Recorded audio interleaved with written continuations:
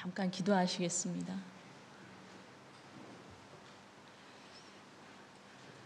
주님의 전으로 마음을 향하고 또 그 귀한 발걸음 한 걸음 한 걸음 주님께로 향한 주의 자녀들을 주님 기억하시고 이 시간 주의 음성 들려주시기를 원합니다.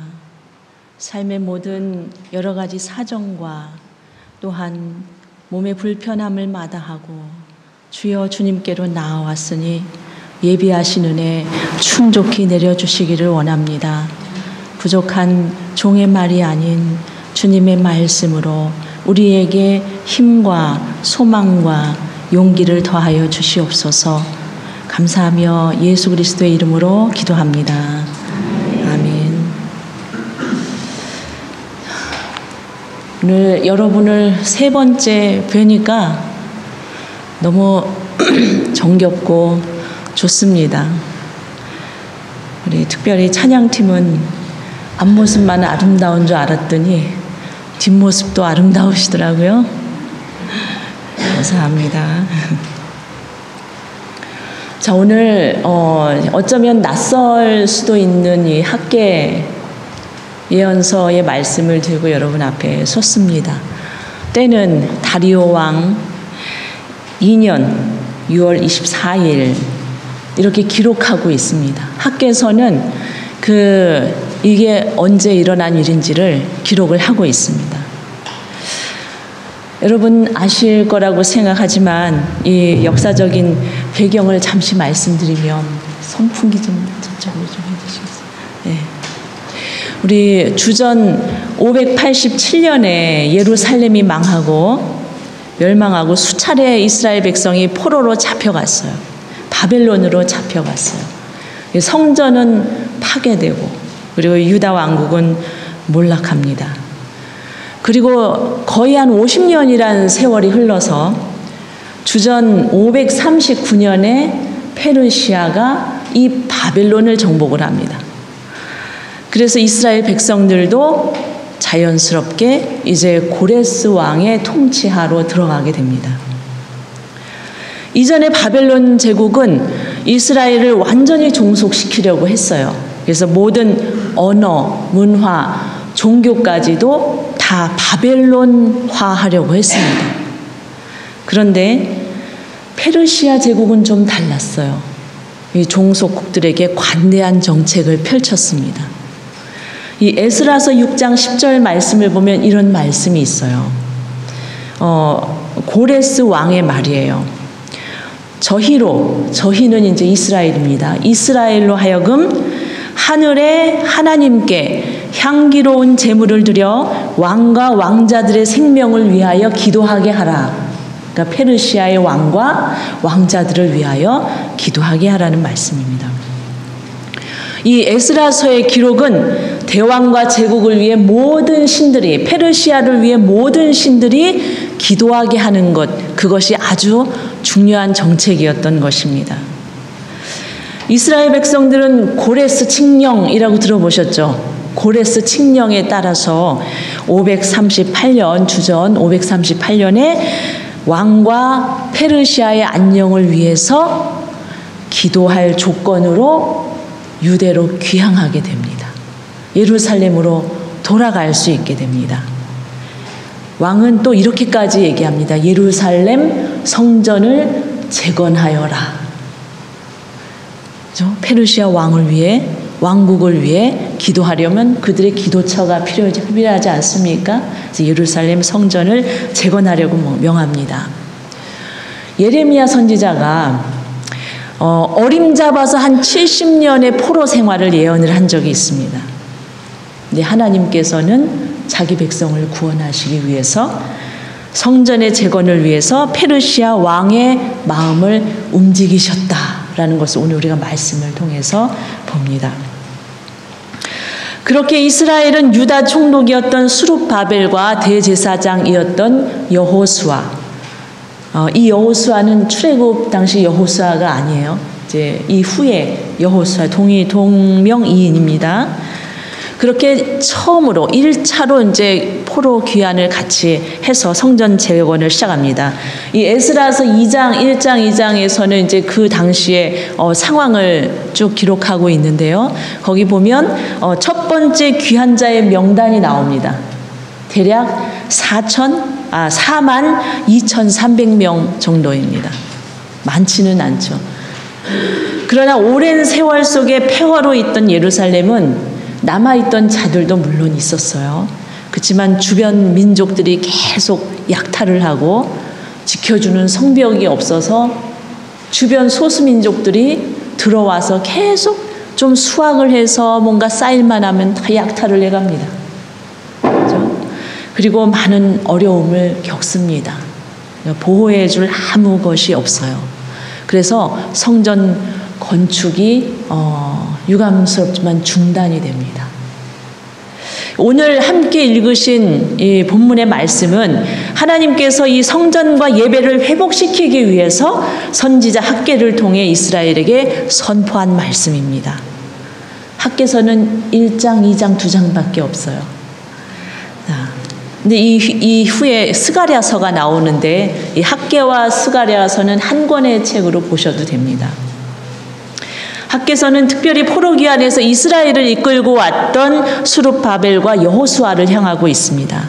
성전 건축이 중단된 지 16년 만에 이스라엘은 다시 하나님의 말씀 앞에 섰습니다.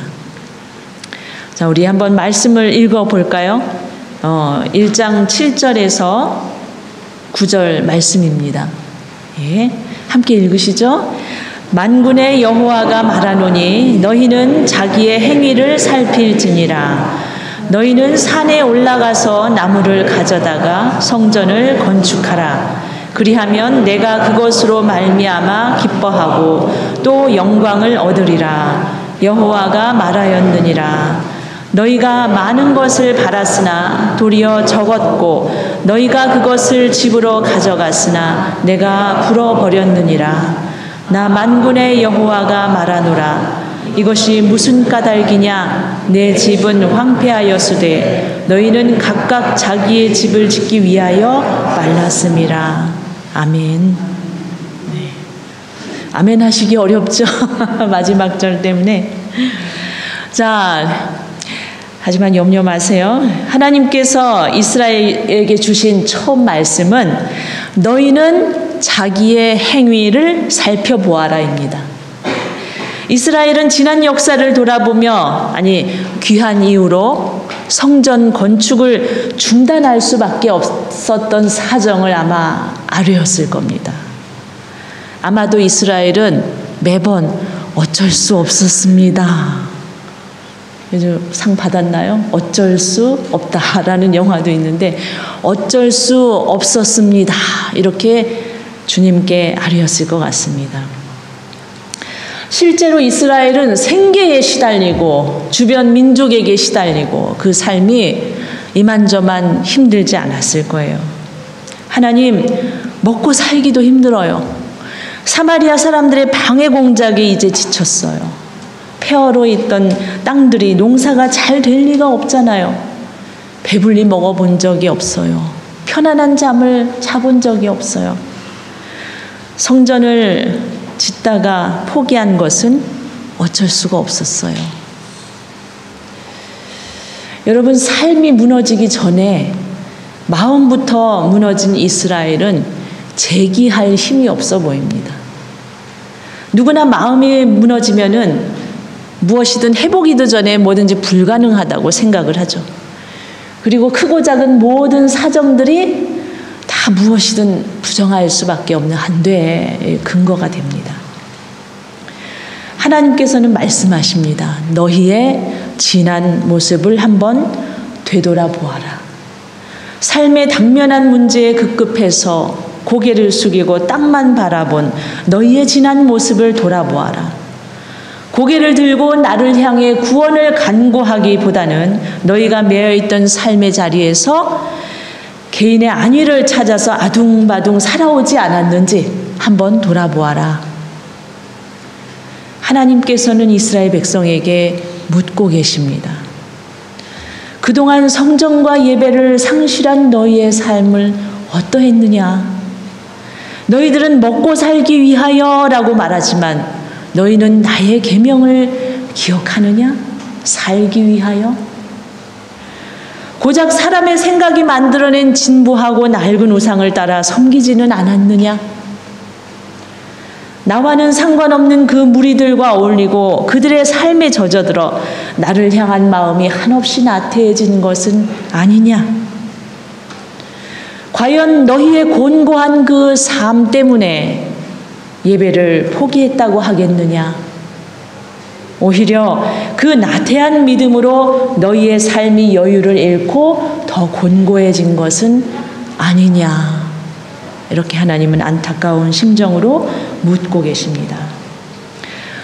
여러분, 이스라엘은 학개를 통해 듣는 하나님의 말씀을 듣고 그들이 포로로 풀려났을 때의 그 해방감, 그리고 예루살렘으로 귀환하면서 여호와 하나님을 찾으며 기뻐했던, 찬양하던 그 힘을 내가 상실했구나라는 걸 깨닫게 됩니다. 스룹바벨과 여호수아 그리고 이스라엘은 말씀을 주의 깊게 청종하면서 깊이 놀라고 회개했을 겁니다. 그래서 하나님은 이스라엘에게 단도직입적으로 광야에서 그들을 훈련시키실 때처럼 그렇게 말씀하십니다. 자, 첫째는 산으로 올라가라. 둘째는 나무를 베와라. 셋째는 성전을 건축해라. 그리고 그러면 주가 기뻐하리라. 주가 영광을 얻으리라. 이 말씀하십니다. 자, 산에 올라가라는 말씀은 무슨 말씀일까요? 산에 올라가라.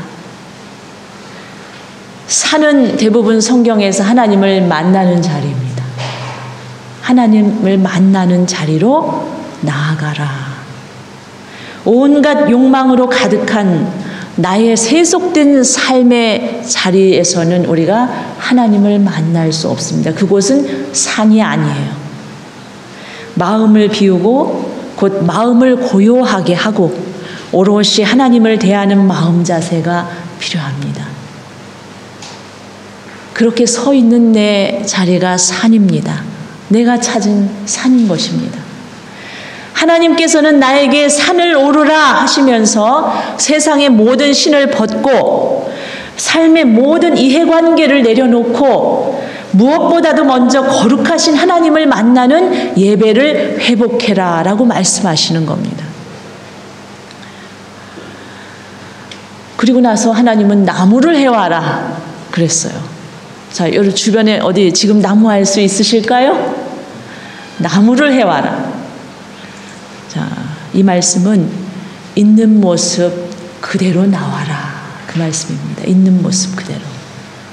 산에 가면 나무가 있죠. 늘 있듯이 그렇게 있습니다. 솔로몬의 성전을 생각하면 우리가 상상하기가 어렵습니다. 솔로몬의 성전은 호화롭고, 그죠? 굉장히 화려했고, 웅장했고, 아주 섬세하고, 아주 훌륭하기가 소문이, 여러 나라의 소문이 났어요. 그 아름다움, 극치가 달했죠. 무슨 솔로몬의 공이라기보다는 그 아버지 다윗이 하나님의 성전을 사모하고 바라는 그 지극하고 간절한 마음에서 만반의 준비를 했다는 것을 우리는 기억할 수 있습니다. 제가 교회에 오면서 이제 하uptbahnhof에서 내려서 우반을 타요. 그러면 제가 30분 전까지 가니까 혹시 한독교회 성도님들 만날 수 있지 않을까? 근데 그전에는 못 뵀는데 오늘 딱 한 분을 만났습니다. 우리 이 권사님을 만났어요. 근데 권사님이 그러셔요. 오늘 좀 늦으셨대요. 그래서 30분 전에 오시는 늦었다고 이렇게 걱정을 하시는 걸 보면서, 그리고 와보니까 벌써 또 많은 분들이 와 계시고 그래서 참 부지런하다라는 말이 좀 부족하고 귀하다. 그죠? 귀하다. 우리 한독교회 성도님들. 자, 그렇게 준비된 마음들, 교회를 사랑하는 마음들이 여러분에게 있는 줄 믿습니다. 자, 근데 지금 이스라엘은 모든 수단과 방법을 다 동원해도 그 아름답던 그 훌륭한 솔로몬의 성전 설계조차도 하기 힘든 그런 상황입니다. 하나님은 그 편백나무 아니어도 괜찮다라고 말씀하시는 겁니다. 벽돌 굽지 않아도 괜찮다라고 말씀하시는 겁니다.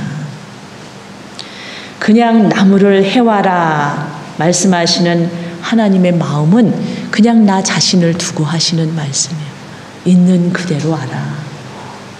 나를 잘 아시는 하나님 앞에서 마음을 속이지 말고 있는 모습 그대로, 지치고 상한 마음 그대로 하나님 아버지의 품으로 나와라. 비록 하나님을 잊고 살 때에도 우리를 향해서 항상 주님은 손을 내미셨다고 했습니다. 사도 바울도 로마서에서 이렇게 고백하고 있어요.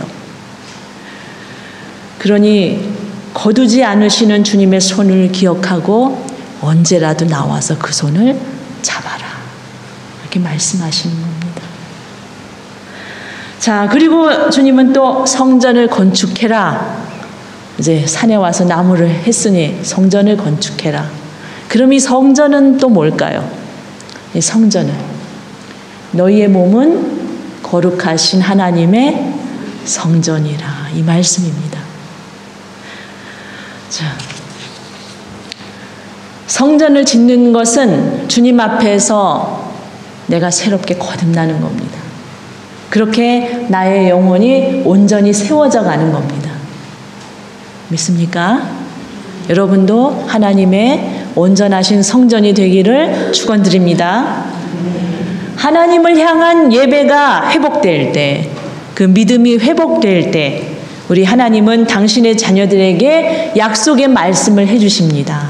뭐라고 해주셨습니까? 내가 너희와 함께 하노라. 아멘. 사도 바울은 로마서에서 하나님의 언약의 백성들을 두고 이렇게 말합니다. 한번 들어보세요. 그들에게는 하나님의 자녀로서의 신분이 있고 하나님을 모시는 영광이 있고 하나님과 맺은 언약들이 있고 율법이 있고 예배가 있고 하나님의 약속들이 있습니다.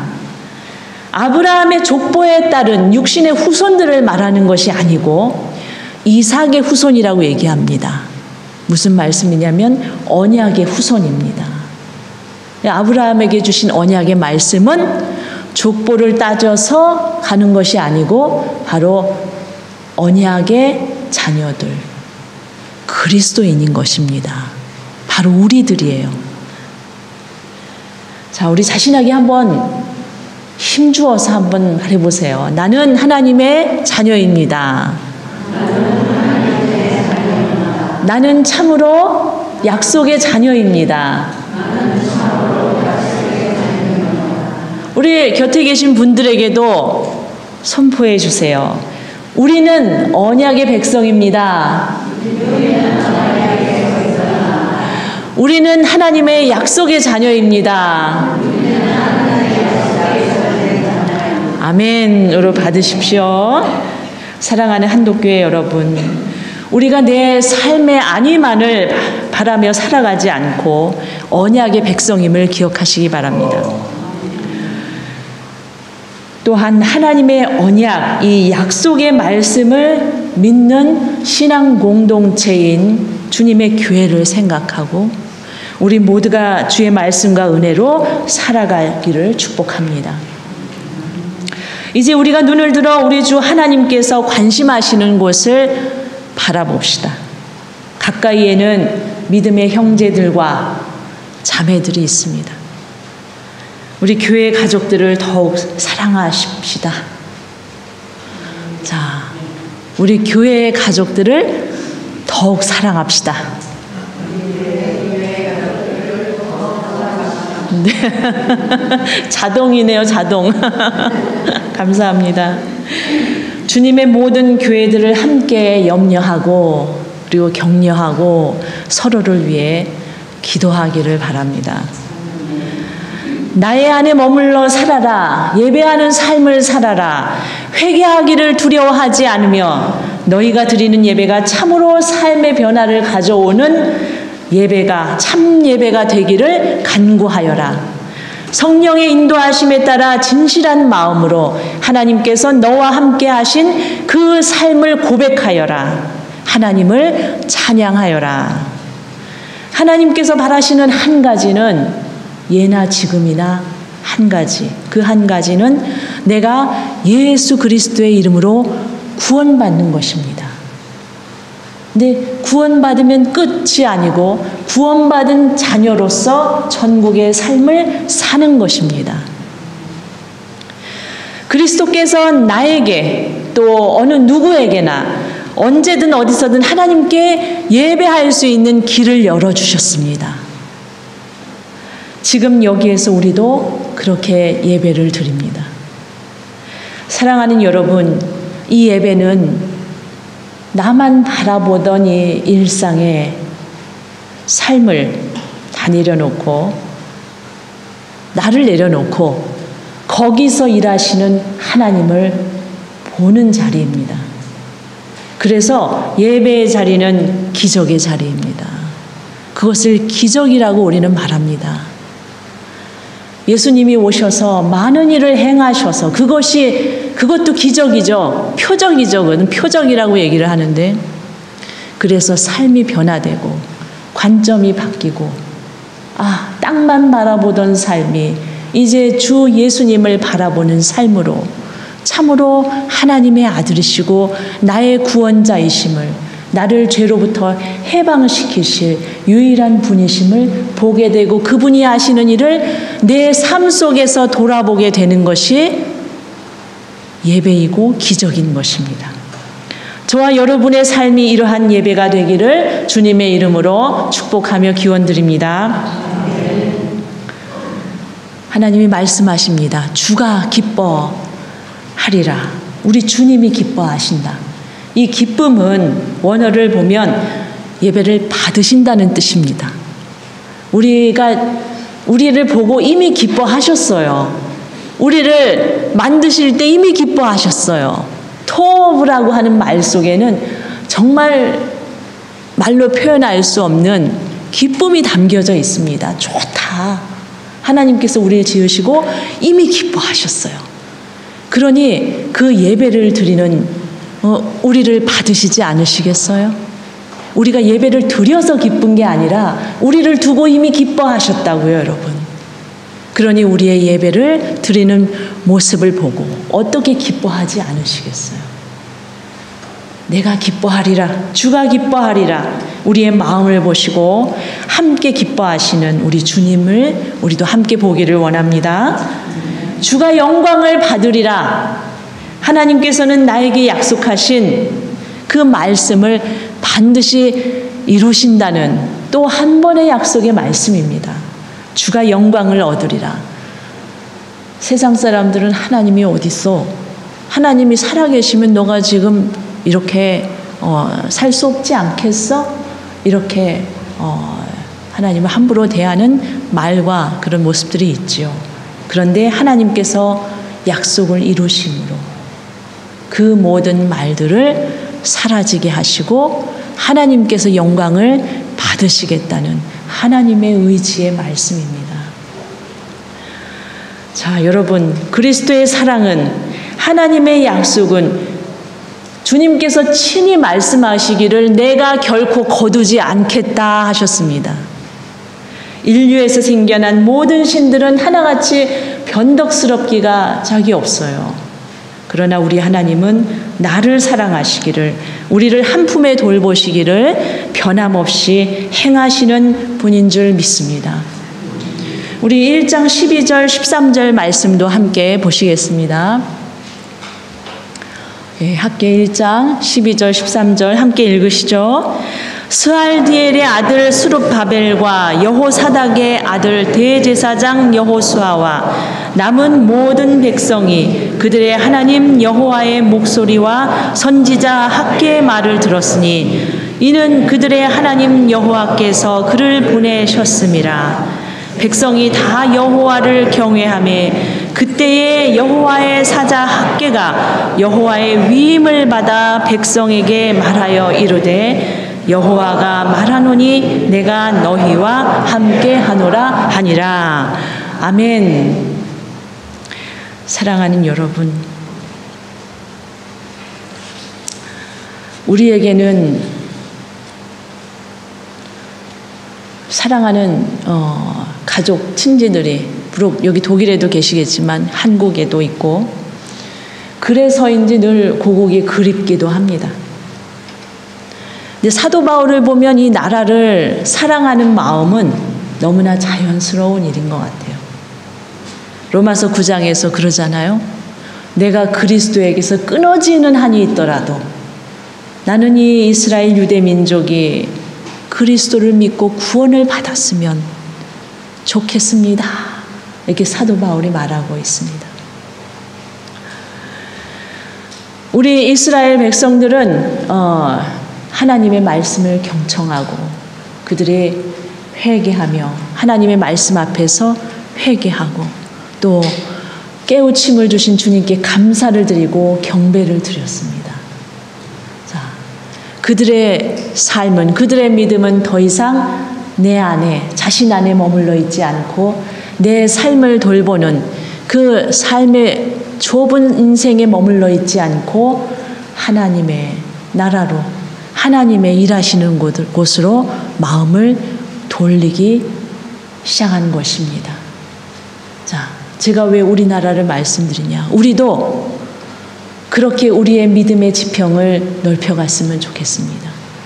내가 머무는 내 자리, 내가 머무는 교회, 내 나라 다 소중합니다. 그런데 하나님께서는 태초부터 온 인류를 향한 구원의 계획을 가지고 계셨습니다. 그렇기 때문에 이제 나와 관계된 것에서 나의 밖에 있는 세상에도 우리는 시선을 돌리고 하나님의 일에 관심을 하면 좋겠습니다. 우리나라를 위해서도 세상의 평화를 위해서도 기도하는 우리의 마음이 나태해지지 않기를 바랍니다. 주의 말씀은 온 인류의 구원을 향해 있고 우리는 모든 것을 위해 기도해야 합니다. 성경의 말씀입니다. 이스라엘은 하나님의 성전 건축을 재개하게 됩니다. 여전히 많은 어려움들이 있어요. 그러나 그들은 말씀을 통해서 그들의 총체적인 이 삶을 살피면서 돌아보면서 고단한 문제들을 힘써 극복해 가면서 성전을 재건합니다. 여러분, 저와 여러분 모두가 주님의 마음으로 하나님 나라를 일구는 마음으로 이 모든 것들을 감당할 수 있는 힘을 얻으시기를 주님의 이름으로 축원드립니다. 하지만 우리가 할 수 있다고 교만해지는 것이 아니라 겸손하게 하나님의 일하심에 동참하는 자세로 우리가 타인과 세상을 대하기를 바랍니다. 여러분, 내가 너희와 함께 하노라 하신 하나님의 약속은 언제나 우리에게 새로운 힘과 용기를 줍니다. 하나님을 향한 깊은 신뢰와 예수 그리스도를 통해 보여주신 한없는 사랑이 늘 충만하시기를 바랍니다. 그 사랑으로 언제나 예배하며 힘을 내십시오. 기도하시겠습니다.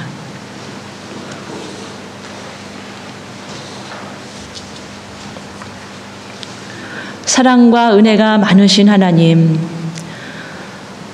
주님의 거룩하신 산으로 나아왔습니다. 주님 우리를 받으시고 우리의 드리는 예배를 통해 주님 더욱 기뻐하며 우리와 함께하기를 즐겨하여 주시기를 원합니다.